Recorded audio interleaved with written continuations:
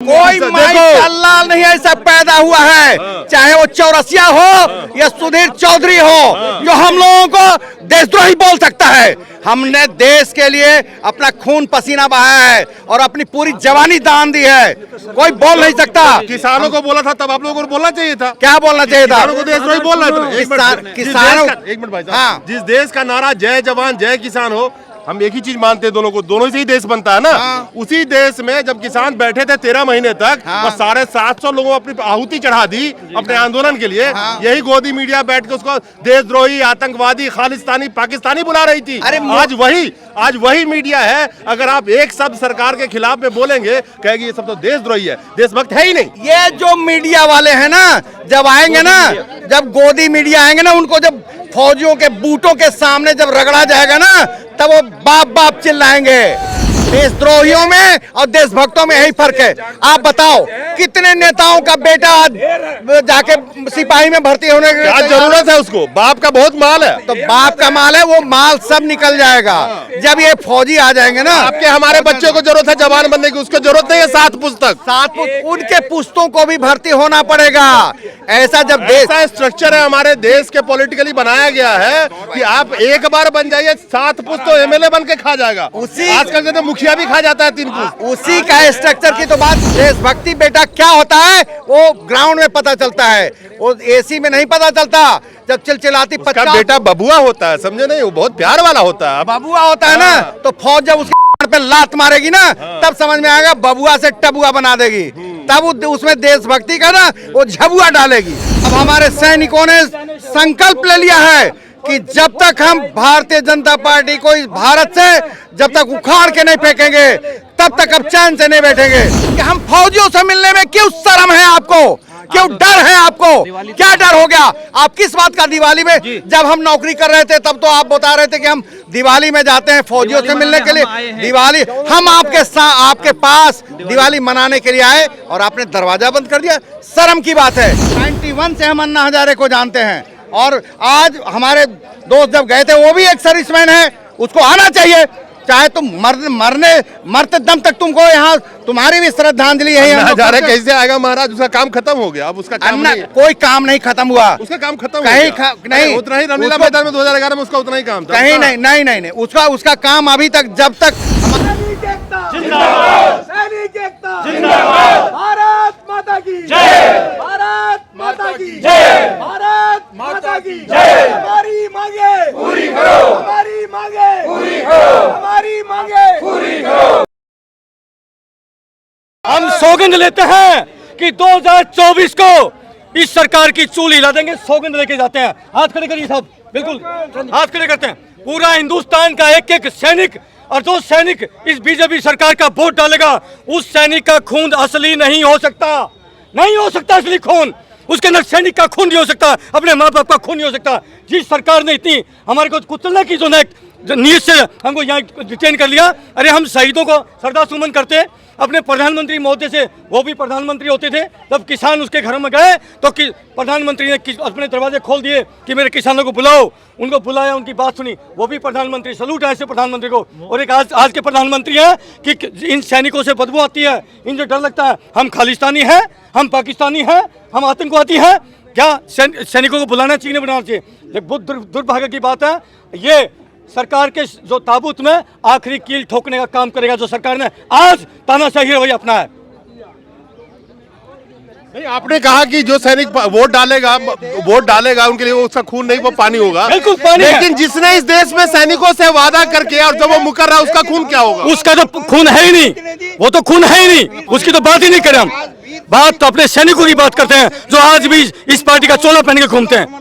तो क्या लगता है कि 2024 में 2-3 महीने 4 महीने के टाइम बचे हैं, कोड ऑफ कंडक्ट आप देखते जाइए समय क्या करवट लेता है। आज ये सोच रहे हैं कि हम 2024 में सरकार बना लेंगे, समय करवट लेता है साहब। पल पल पर परिस्थितियां बदलती हैं। आने वाले वक्त में एक दिन के बाद में इस सरकार का जो रसातल में जाने का तय हो चुका है। ये तो उनको भी पता है, लेकिन कहाँ फर्क पड़ रहा है? 2060-65 दिन से फर्क पड़ेगा। जिस दिन की कुर्सी जाएगी तो फर्क पड़ेगा। तानाशाही नहीं चलेगी, सरकार की तानाशाही नहीं चलेगी, बिल्कुल नहीं चलेगी। चाणक्य ने महापद्मनंद को उखाड़ फेंकने का जब संकल्प ले लिया था, तो वही हालत आज हमारे प्रधानमंत्री जी का होगा। अब हमारे सैनिकों ने संकल्प ले लिया है कि जब तक हम भारतीय जनता पार्टी को इस भारत से जब तक उखाड़ के नहीं फेंकेंगे, तब तक अब चैन से नहीं बैठेंगे। जितने भी सबसे पहला जो हम लोग का मीटिंग में जो पारित होने वाला है, उस 545 के ऊपर हम लोग सभी अपने एमपी खड़ा करेंगे। और जिस राज्य में चुनाव होते जाएगा, उस राज्य में हम लोग अपना विधायक खड़ा करेंगे, अपना पार्षद। चुनाव इतना सस्ता रह गया कि आप चुनाव लड़ेंगे? जी हाँ, लड़ेंगे, क्योंकि ईमानदारी के ऊपर ही चुनाव होता है। नहीं, ईमानदारी, आप तो ईमानदार खड़ा करेंगे, लेकिन ईमानदार कैंडिडेट तो आप कह रहे हैं ईमानदारी के ऊपर चुनाव होता है। हाँ। क्या वाकई ईमानदारी से कोई जीत सकता है आज के दिन? ईमानदार, आज भी आप पत्रकार हैं, आपको अगर भरोसा नहीं है तो आप धैर्य रखें, एक दिन वो भी आएगा कि सारे देश की जनता ईमानदारों को ही चुनना चाहती है, लेकिन बरगलाने का काम नेता करते हैं। और जब सामने ऑप्शन नहीं है कोई, हमारे देश की जनता के पास कोई ऑप्शन नहीं है। अगर ऑप्शन होगा वो तुरंत दूसरे तरफ जाएंगे, क्योंकि अगर देशभक्त है, क्योंकि हमें पेंशन मिल रहा है, हमें एमपी का जो पैसा मिलता है, उनको जो तनख्वाह मिलती है और जो पेंशन, वो भी पेंशन नहीं चाहिए। ये इस तरह से हम अपने देशवासियों के सामने इस तरह का एक प्रपोजल रखेंगे कि हमें एक पेंशन मिल रहा है, हर एक एमपी को, एमएलए को हर एक बार पेंशन मिलता है जितना बार जीतते हैं। वो एमएलए रहा तब भी पेंशन उसका भी मिलेगा, एमपी बना तभी मिलेगा उसको पेंशन। जी हाँ, लेकिन हमारी जब सरकार बनेगी तो ये जो भ्रष्टाचार के अंदर आता है, देश की जनता चाहती है, मोदी जी से पूछना चाहती है कि आप तो पहले एमएलए बने तब भी आप उसका पेंशन ले रहे हैं, जब चीफ मिनिस्टर बने तभी पेंशन ले रहे हैं, जब एमपी बने तभी पेंशन, आप इतना पेंशन ले रहे हैं। लेकिन हम आपको वादा करते हैं मोदी जी कि हमारे देश में जब एक सर्विसमैन का जब राज चलेगा ना, तो सिर्फ हमें जो हमने अपने कमाई का जो हक हमको है, हमारा 1 रैंक 1 पेंशन, उसी के ऊपर हम अपने परिवार को पालेंगे और आगे बढ़ाएंगे। देश का एक ही पैसा नहीं लेंगे। 10-10 पेंशन ले रहे हैं, तब तो मोदी जी कहते हैं फकीर है, तो कौन से फकीर वाले पेंशन है? आप वो फकीर हैं, किस मामले में हैं, वो अपना फिलॉसफी वो खुद दे लें, लेकिन हम लोग फकीर नहीं हैं, हम लोग देश की जान हैं। हमने 1947 से हमारे जवान और जेसीओ ने जब वहां पर पहरा देके रोका, तब देश की सरकारें चलती है। तो बाहर भी मेरा ही जवान खड़ा है और अंदर भी हमारी ही सरकार चलेगी। और इस सरकार के आने से सबसे बड़ा फायदा होगा कि जितने भी पैरामिलिट्री फोर्सेस हैं, उनके जवान और इंस्पेक्टर रैंक तक उनको रखेंगे, लेकिन एक भी अधिकारियों को अपने संगठन में नहीं रहने देंगे उनसे, क्योंकि वो पॉलिसी के अनुसार अपने घूमते हैं, वो फुटबॉल की तरह घूमते हैं, जैसी सरकार आई वैसे बदल नहीं। प्रिंसिपल एक होता है, एक बार प्रिंसिपल सेट कर दिया, उसमें कोई भी आते रहो, उसी में रोल होते रहेगा। देश में बोलते हैं मिलिटेंट है, मिलिटेंट कैसे नक्सली है, क्यों? ये हमारे जब एक सर्विसमैन जहां खड़ा होंगे ना, उन नक्सलियों की औकात नहीं है कि वो कभी आगे बढ़ के बोल सकते। गली गली में गुंडे हैं, ये जितने एक सर्विसमैन हैं, जो चाहे पैरामिलिट्री फोर्स के हों, जो भी हैं, वो सब जब तैनात होंगे, दूर से ही वो भाग जाया करेंगे। तो पुलिस की व्यवस्था भी बहुत तगड़ी होगी, सामाजिक सुरक्षा भी होगी, शिक्षा की व्यवस्था भी अच्छी होगी और स्वास्थ्य का व्यवस्था अच्छा होगा। लेकिन जो भी चीज होगा नियम के अनुसार होगा। Rule is one for all, ऐसा नहीं मेरा बेटा होगा तो सब यही करते हैं। मैंने महाराज भ्रष्टाचार खत्म कर दूंगा, महंगाई हटा दूंगा, सब अच्छा कर दूंगा। खत्म नहीं कर दूंगा, खत्म कर दूंगा नहीं, आतंकी खत्म कर दूंगा, ये कर दूंगा। आतंकी खत्म करने के लिए कौन जाता है?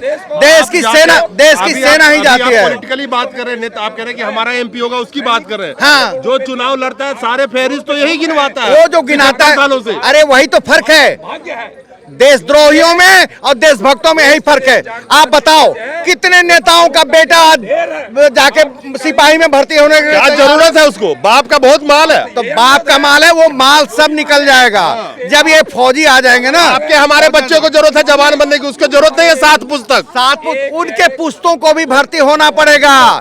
ऐसा जब देश ऐसा स्ट्रक्चर है हमारे देश के पॉलिटिकली बनाया गया है कि आप एक बार बन जाइए 7 पुस्त तो एमएलए बन के खा जाएगा। आजकल के तो मुखिया भी खा जाता है 3 पुस्त। उसी का स्ट्रक्चर की तो बात कर रहा हूँ, उसी का तो बात कर रहा हूँ। जब हमारे देश में एक सर्विसमैन की सरकार बनेगी तो हर एक नेता का बेटा सिपाही से भर्ती होगा।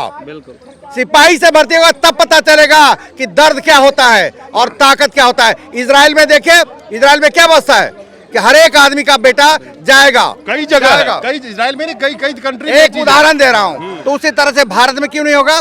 तुम्हारा बेटा जो फूल के तरह तुम पाले हो, जब रगड़ा खाएगा वो पीटी ग्राउंड में ना, तो औकात समझ में आ जाएगी, तुम्हारी औकात समझ में आ जाएगी। देशभक्ति बेटा क्या होता है वो ग्राउंड में पता चलता है, वो एसी में नहीं पता चलता। जब चिलचिलाती उसका बेटा बबुआ होता है, समझे नहीं? वो बहुत प्यार वाला होता है। बबुआ होता है ना, तो फौज जब उसके पे लात मारेगी ना, तब समझ में आएगा बबुआ से टबुआ बना देगी। तब उसमें देशभक्ति का ना वो झबुआ डालेगी।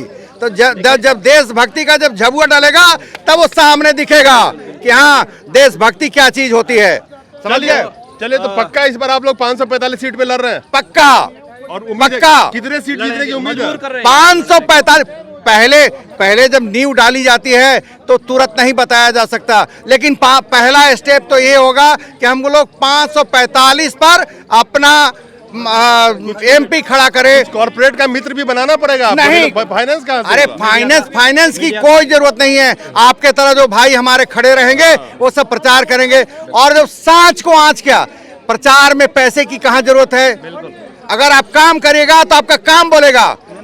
आप ये देख लीजिए, आपको क्या घृणा है? किससे? माननीय प्रधानमंत्री को बोलो, मिलने के लिए। हाँ, मैं देश के प्रधानमंत्री से जानना चाहता हूँ कि हम फौजियों से मिलने में क्यों शर्म है आपको, क्यों डर है आपको, क्या डर हो गया? आप किस बात का? दिवाली में जब हम नौकरी कर रहे थे तब तो आप बता रहे थे कि हम दिवाली में जाते हैं फौजियों से मिलने के लिए। दिवाली हम आपके पास दिवाली मनाने के लिए आए और आपने दरवाजा बंद कर दिया। शर्म की बात है।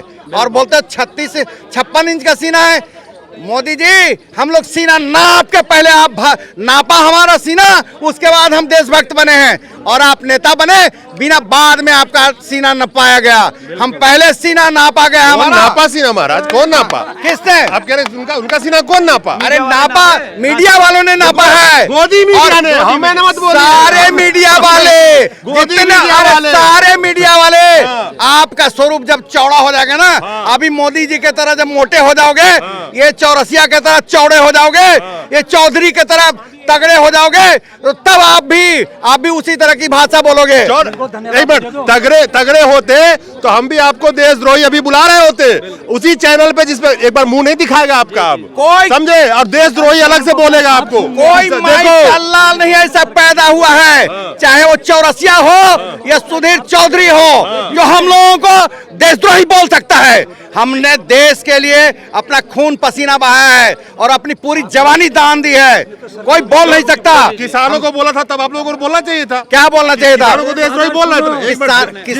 एक मिनट भाई साहब, जिस देश का नारा जय जवान जय किसान हो, हम एक ही चीज मानते हैं दोनों को, दोनों से ही देश बनता है ना। उसी देश में जब किसान बैठे थे 13 महीने तक और 750 लोगों अपनी आहुति चढ़ा दी अपने आंदोलन के लिए, यही गोदी मीडिया बैठ के उसको देशद्रोही, आतंकवादी, खालिस्तानी, पाकिस्तानी बुला रही थी। आज वही मीडिया है। अगर आप एक शब्द सरकार के खिलाफ में बोलेंगे, कहेगी ये सब तो देशद्रोही है, देशभक्त है ही नहीं। ये जो मीडिया वाले हैं ना, जब आएंगे ना, जब गोदी मीडिया आएंगे ना, उनको जब फौजियों के बूटों के सामने जब रगड़ा जाएगा ना, तब वो बाप बाप चिल्लाएंगे। ये जो गोदी मीडिया है ना, वो ये जो चौड़े मीडिया वाला भी ठीक ही था। वो भी जब बूट फौजियों के बूट के सामने जब आता है ना, तब समझ में आता है कि बेटा क्या औकात है। वो जो एसी में बैठ के बातें करता है, वो तब अभी नहीं आ रहा है ना, उस समय भांग खाने के लिए भी उनको नहीं मिलेगा। ये जो जितने चौड़े हो रहे हैं ना वो सब निकाल देंगे हम लोग। चलिए, हमारे साथ ये फौजी हैं और जिस मेहनत और जिस लगन से लड़ाई लड़ना है, इनको कौन सिखाएगा जो जिंदगी भर लड़ाई लड़े हैं? तो ये अपनी लड़ाई जब लड़ने पे उतारू है तो मैं सोचिए। महार रेजिमेंट का, मेरा नाम भरत कुमार पांडे है और मैं महार रेजिमेंट का सिपाही रह चुका हूँ। मैं 91 में अन्ना हजारे से भी जाके मिला था और जब हम धर्म शिक्षक के लिए भर्ती होने के लिए गए थे तो हमारा टूर जाता था। 91 से हम अन्ना हजारे को जानते हैं और आज हमारे दोस्त जब गए थे, वो भी एक सर्विसमैन है, उसको आना चाहिए। चाहे तुम मरते दम तक तुमको यहाँ तुम्हारी भी श्रद्धांजलि है। अन्ना हजारे कैसे आएगा महाराज? उसका काम खत्म हो गया, अब उसका काम नहीं है। कोई काम नहीं खत्म हुआ, उसका काम खत्म कहीं हो गया। नहीं, उतना ही रामलीला मैदान में 2011 में उसका उतना ही काम था। कहीं नहीं, उसका काम अभी तक, जब तक हमारा काम तब तक नहीं पूरा होता जब तक हम जिंदा हैं। जब तक हम जिंदा, मैं आंदोलन की बात कर रहा हूँ। अन्ना जी कहाँ किसी आंदोलन में नजर आते हैं?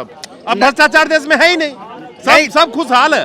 तो फिर से उनको लाना पड़ेगा, अन्ना हजारे को भी आना पड़ेगा और जितने भी देशभक्त हैं सबको एक प्लेटफॉर्म पर आना पड़ेगा और उसके बाद देश, आज जो देश है इससे और भी शांति और चलिए पांडे जी आखिर में एक चीज बता दूं, अगर एक प्लेटफॉर्म पे नहीं आए तो प्लेटफॉर्म पे कहीं नहीं हम लोग एक प्लेटफॉर्म पर हैं और एक प्लेटफॉर्म की शुरुआत हो गई है और इन्होंने हमें बार मेमोरियल तक, हमारे ही मेमोरियल पर जाने से अगर रोका है तो इसका मतलब है देश की सरकार को बहुत भय हो चुका है। चलिए पांडे जी हमारे साथ थे। पांडे जी ने जो बातें कही है मैं आपको शुभकामनाएं देता हूं और मैं चाहता हूं एज ए भारत का आम नागरिक की हैसियत से कि हमारे देश में 545 के 45 सीट पर फौजी ही जीते, ताकि हमारे देश का कल्याण हो सके और तमाम झूठ और जुमलों से छुटकारा मिल सके। जुमलों की तो बात ही नहीं।